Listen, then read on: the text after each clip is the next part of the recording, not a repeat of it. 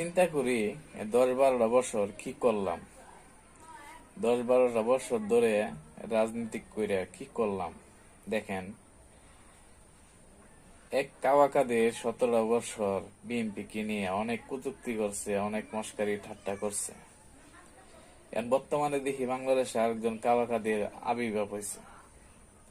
সে হলো কি জানেন? নাসির উদ্দিন পাটোয়ারি, বা কেউ বলে দারবি নাসির।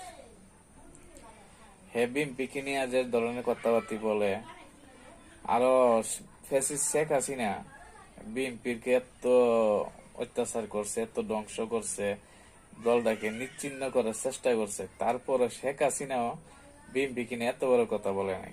ডারবি নাসির পাগল বিএনপি নিয়ে যেসব ধরনের কথাবার্তা বলে। শরীরের রক্ত, শরীরের মধ্যে বাতের মার উতলাইলে যেমন পানিটা টকবক টকবক করে, এমন শরীরের রক্ত শরীরের ভিতরে এরকম টকবক টকবক করে কথাবার্তা শূন্য। তো কিছু কইতে পারি না, কারণ আমাদের দলের মধ্যে এরকম হিংসাত্মক কথাবার্তা বলা, হিংসাত্মক ভাবে রাজনীতি করা, এটা আমাদের বিএনপির আদর্শ না। এর বাংলাদেশের নাগরিক হিসাবে কথা বলার অধিকার আছে।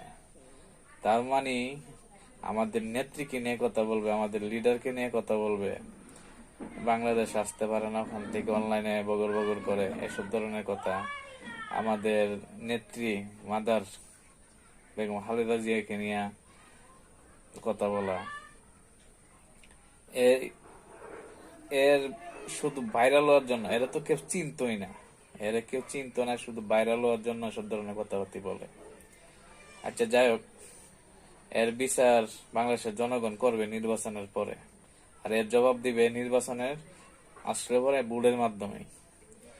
এরপরেও দেখেন, আমাদের একজন কর্মী ভাই রিক্সা চালক, যে আন্দোলনের সময় ছিল, জানাইছিল রিক্সার মধ্যে দাঁড়ায়, এনসিপির দলটা কি করছে, তারে ফার্ম পট্টি দিয়া কথাবার্তি কয়া টাকা টোকা দিয়া তারে নমিনেশন দিছে।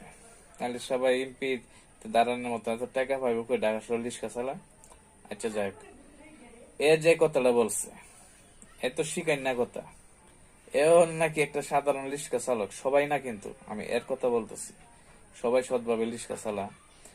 এ যে টাকার লোভে, এমপি হওয়ার লোভে, এর মতো একটা রিক্সা চালক আমাদের নেত্রীকে নিয়ে কথা বলে যে আমাদের নেত্রী নাকি ইতিমের টাকা মাইরা গেছে। আরে বেটা বেকল পাগল, তুই ওটা জানস? আমাদের নেত্রী 2 কোটি টাকার বিনিময়ে আজকে 2 কোটি টাকা দিয়া 6-7 কোটি টাকা হয়ে আছে আসলে মুনাফা সহকারে। আমাদের নেত্রী টাকা মাইরা খায় নাই।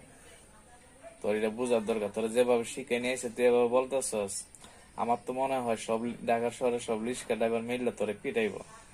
তোরে বুদ্ধি দূরের কথা, যাত্রা জনতা তোরে বুদ্ধি দূরের কথা, সব রিক্সা ড্রাইভার সব যাত্রা জনতা মিললে তোরে পিটাইব। যে সব ধরনের কথাবার্তা কইস তুই এদিন নমিনি নিয়া আমাদের নেত্রীকে নিয়ে,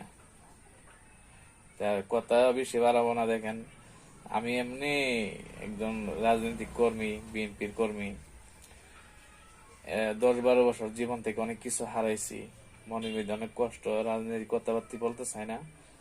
তবে এনসিপির পাগলের কথা শুনে, পাগল গুলার কথা শুনে মাঝে মাঝে কিছু কথা না বললে পারি না, ঠিক থাকতে পারি না।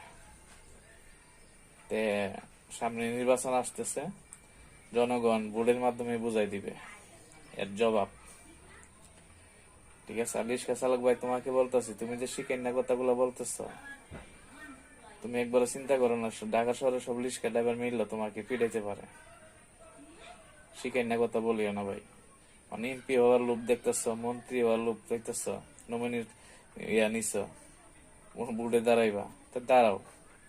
জনগণ বুট তোমার জনপ্রিয় আছে, ঠিক আছে, তোমার একজন রিক্সা চালক কর্মী ভাই, তুমি এটা সাপোর্ট করি। তুমি যে শিখেন না কথা কয়েছে, বিএনপির বিরুদ্ধে কথা বলো, আমাদের নেত্রীর বিরুদ্ধে কথা বলো, তাই বলো জনগণের মনে থেকে উঠতে যাবে। রাজনীতি করার অধিকার সবারই আছে। ভালো থাকবে।